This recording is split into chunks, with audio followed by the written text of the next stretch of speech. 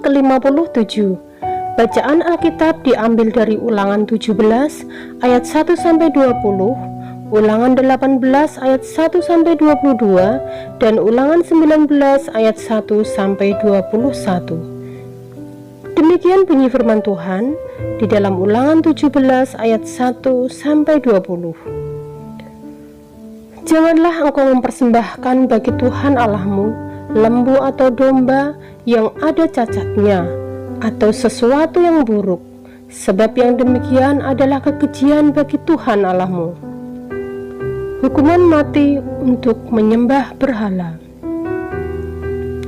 Apabila di tengahmu di salah satu tempatmu yang diberikan kepadamu oleh Tuhan Allahmu ada terdapat seorang laki-laki atau perempuan yang melakukan apa yang jahat di mata Tuhan Allahmu dengan melangkahi perjanjiannya, dan yang pergi beribadah kepada Allah lain dan sujud menyembah kepadanya, atau kepada matahari atau bulan atau segenap tentara langit, hal yang telah kularang itu. Dan apabila hal itu diberitahukan atau terdengar kepadamu, maka engkau harus memeriksanya baik-baik. Jikalau ternyata benar dan sudah mati, bahwa kekejian itu dilakukan di antara orang Israel, maka engkau harus membawa laki-laki atau perempuan yang telah melakukan perbuatan jahat itu keluar ke pintu gerbang. Kemudian laki-laki atau perempuan itu harus kau lempari dengan batu sampai mati. Atas keterangan 2 atau 3 orang saksi, haruslah mati dibunuh orang yang dihukum mati. Atas keterangan 1 orang saksi saja, janganlah ia dihukum mati. Saksi-saksi itulah yang pertama-tama menggerakkan tangan mereka untuk membunuh dia, kemudian seluruh rakyat. Demikianlah harus kau hapuskan yang jahat itu di tengah-tengahmu. Pengadilan tertinggi. Apabila sesuatu perkara terlalu sukar bagimu untuk diputuskan, misalnya bunuh-membunuh, tuntut-menuntut, atau luka-melukai, perkara pendakwaan di dalam tempatmu, maka haruslah engkau pergi menghadap ke tempat yang akan dipilih Tuhan Allahmu. Haruslah engkau pergi kepada imam-imam orang Lewi dan kepada hakim-hakim yang ada pada waktu itu dan meminta putusan. Mereka akan memberitahukan kepadamu keputusan hakim. Dan engkau harus berbuat menurut keputusan yang diberitahukan mereka kepadamu di tempat yang akan dipilih Tuhan. Engkau harus melakukan dengan setia segala yang ditunjukkan mereka kepadamu. Menurut petunjuk yang diberikan mereka kepadamu dan menurut keputusan yang dikatakan mereka kepadamu, haruslah engkau berbuat. Janganlah engkau menyimpang ke kanan atau ke kiri dari keputusan yang diberitahukan kepada mereka kepadamu. Orang yang berlaku terlalu berani dengan tidak mendengarkan perkataan imam yang berdiri di sana sebagai pelayan Tuhan Allahmu, ataupun perkataan hakim, maka orang itu harus mati. Demikianlah harus kau hapuskan yang jahat itu dari antara orang Israel. Maka seluruh bangsa itu akan mendengar dan menjadi takut dan tidak lagi berlaku terlalu berani. Hukum tentang raja. Apabila engkau telah masuk ke negeri yang diberikan kepadamu oleh Tuhan Allahmu dan telah mendudukinya dan diam di sana, kemudian engkau berkata, aku mau mengangkat raja atasku seperti segala bangsa yang di sekelilingku, maka hanyalah raja yang dipilih Tuhan Allahmu yang harus kau angkat atasmu. Dari tengah-tengah saudaramu haruslah engkau mengangkat seorang raja atasmu. Seorang asing yang bukan saudaramu tidaklah boleh kau angkat atasmu. Hanya janganlah ia memelihara banyak kuda, dan janganlah ia mengembalikan bangsa ini ke Mesir untuk mendapat banyak kuda. Sebab Tuhan telah berfirman kepadamu, janganlah sekali-kali kamu kembali melalui jalan ini lagi. Juga janganlah ia mempunyai banyak istri, supaya hatinya jangan menyimpang. Emas dan perak pun janganlah ia kumpulkan terlalu banyak. Apabila ia duduk di atas tahta kerajaan, maka haruslah ia menulis baginya salinan hukum ini menurut kitab yang ada pada imam-imam orang Lewi.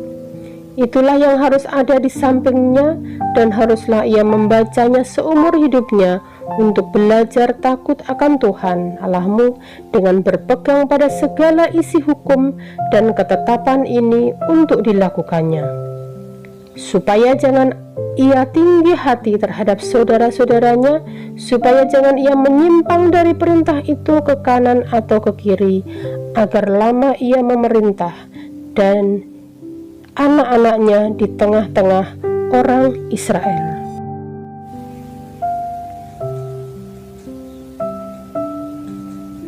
Ulangan 18 ayat 1 sampai 22. Penghasilan imam dan orang Lewi. Imam-imam orang Lewi, seluruh suku Lewi, janganlah mendapat bagian milik pusaka bersama-sama orang Israel dari korban api-apian kepada Tuhan, dan apa yang menjadi miliknya harus mereka mendapat rezeki. Janganlah ia mempunyai milik pusaka di tengah-tengah saudara-saudaranya. Tuhanlah milik pusakanya, seperti yang dijanjikannya kepadanya. Inilah hak imam terhadap kaum awam, terhadap mereka yang mempersembahkan korban sembelihan, baik lembu maupun domba, kepada imam haruslah diberikan paha depan, kedua rahang, dan perut besar. Hasil pertama dari gandummu, dari anggurmu, dan minyakmu, dan bulu guntingan pertama dari dombamu haruslah kau berikan kepadanya. Sebab dialah yang dipilih oleh Tuhan Allahmu dari segala sukumu, supaya ia senantiasa melayani Tuhan dan menyelenggarakan kebaktian demi namanya, ia dan anak-anaknya. Apabila seorang Lewi datang dari tempat manapun di Israel, di mana ia tinggal sebagai pendatang, dan dengan sepenuh hati masuk ke tempat yang akan dipilih Tuhan, dan menyelenggarakan kebaktian demi nama Tuhan Allahnya, sama seperti semua saudaranya orang-orang Lewi yang melayani Tuhan di sana, maka haruslah mereka mendapat rezeki yang sama, dengan tidak terhitung apa yang ia peroleh dengan menjual harta nenek moyangnya. Bertenung dan bernubuat. Apabila engkau sudah masuk ke negeri yang diberikan kepadamu oleh Tuhan Allahmu, maka janganlah engkau belajar berlaku sesuai dengan kekejian yang dilakukan bangsa-bangsa itu.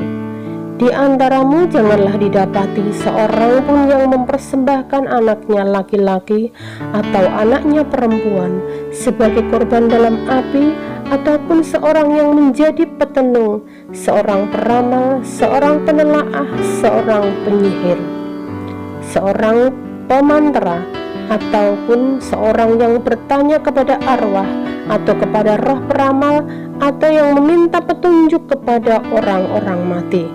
Sebab setiap orang yang melakukan hal-hal ini adalah kekejian bagi Tuhan, dan oleh karena kekejian-kekejian inilah Tuhan Allahmu menghalau mereka dari hadapanmu. Haruslah engkau hidup dengan tidak bercela di hadapan Tuhan Allahmu, sebab bangsa-bangsa yang daerahnya akan kau duduki ini mendengarkan kepada peramal atau petenung, tetapi engkau ini tidak diizinkan Tuhan Allahmu melakukan yang demikian. Seorang nabi dari tengah-tengahmu, dari antara saudara-saudaramu, sama seperti aku, akan dibangkitkan bagimu oleh Tuhan Allahmu. Dialah yang harus kamu dengarkan, tepat seperti yang kamu minta dahulu kepada Tuhan Allahmu di Gunung Horeb pada hari perkumpulan, dengan berkata, tidak mau aku mendengar lagi suara Tuhan Allahku, dan api yang besar ini tidak mau aku melihatnya lagi, supaya jangan aku mati. Lalu berkatalah Tuhan kepadaku, apa yang dikatakan mereka itu baik. seorang nabi akan kubangkitkan bagi mereka dari antara saudara mereka, seperti engkau ini. Aku akan menaruh firman-Ku dalam mulutnya, dan ia akan mengatakan kepada mereka segala yang kuperintahkan kepadanya. Orang yang tidak mendengarkan segala firman-Ku yang akan diucapkan nabi itu demi nama-Ku, daripadanya akan kutuntut pertanggungjawaban. Tetapi seorang nabi yang terlalu berani untuk mengucapkan demi nama-Ku perkataan yang tidak kuperintahkan untuk dikatakan olehnya, atau yang berkata demi nama Allah lain, nabi itu harus mati. Jika sekiranya kamu berkata dalam hatimu, bagaimanakah kami mengetahui perkataan yang tidak difirmankan Tuhan? Apabila seorang nabi berkata demi nama Tuhan dan perkataannya itu tidak terjadi dan tidak sampai, maka itulah perkataan yang tidak difirmankan Tuhan. Dengan terlalu berani nabi itu telah mengatakannya, maka janganlah gentar kepadanya.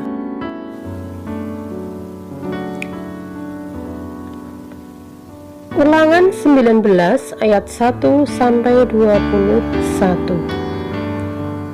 Kota-kota perlindungan. Apabila Tuhan Allahmu sudah melenyapkan bangsa-bangsa yang negerinya diberikan kepadamu oleh Tuhan Allahmu, dan engkau sudah menduduki daerah mereka dan diam di kota-kota dan rumah-rumah mereka, maka engkau harus mengkhususkan 3 kota di dalam negeri yang diberikan Tuhan Allahmu kepadamu untuk diduduki. Engkau harus menetapkan jauhnya jalan dan membagi dalam 3 bagian wilayah negeri yang diberikan Tuhan Allahmu untuk dimiliki olehmu, supaya setiap pembunuh dapat melarikan diri ke sana.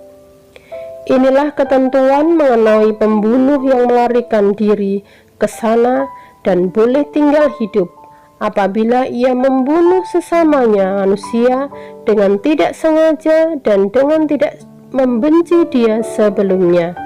Misalnya apabila seseorang pergi ke hutan dengan temannya untuk membelah kayu, ketika tangannya mengayunkan kapak untuk menebang pohon kayu, mata kapak terlucut dari gagangnya lalu mengenai temannya sehingga mati, maka ia boleh melarikan diri ke salah satu kota itu dan tinggal hidup. Maksudnya supaya jangan penuntut tebusan darah sementara hatinya panas dapat mengejar pembunuh itu, karena jauhnya perjalanan menangkapnya dan membunuhnya, padahal pembunuh itu tidak takut mendapat hukuman mati karena ia tidak membenci dia sebelumnya. Itulah sebabnya aku memberi perintah kepadamu demikian, 3 kota haruslah kau khususkan.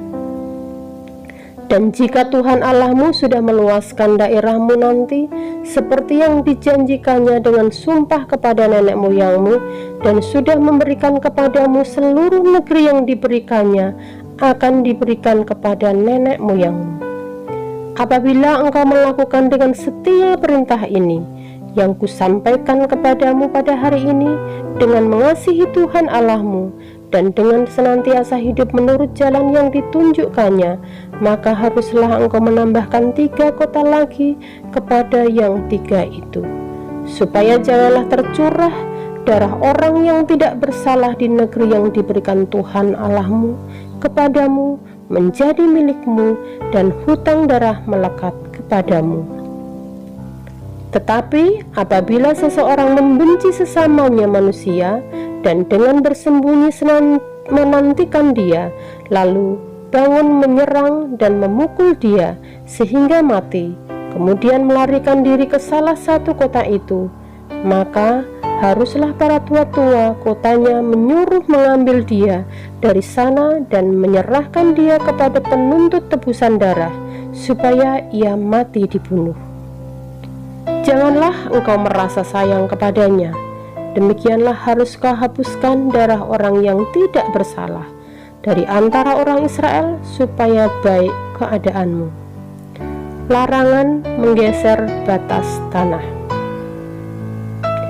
Jangan menggeser batas tanah sesamamu yang telah ditetapkan oleh orang-orang dahulu di dalam milik pusaka yang akan kau miliki di negeri yang diberikan Tuhan Allahmu kepadamu untuk menjadi milikmu. Dari hal saksi, satu orang saksi saja tidak dapat menggugat seseorang mengenai perkara kesalahan apapun atau dosa apapun yang mungkin dilakukannya. Baru atas keterangan 2 atau 3 orang saksi, perkara itu tidak disangsikan.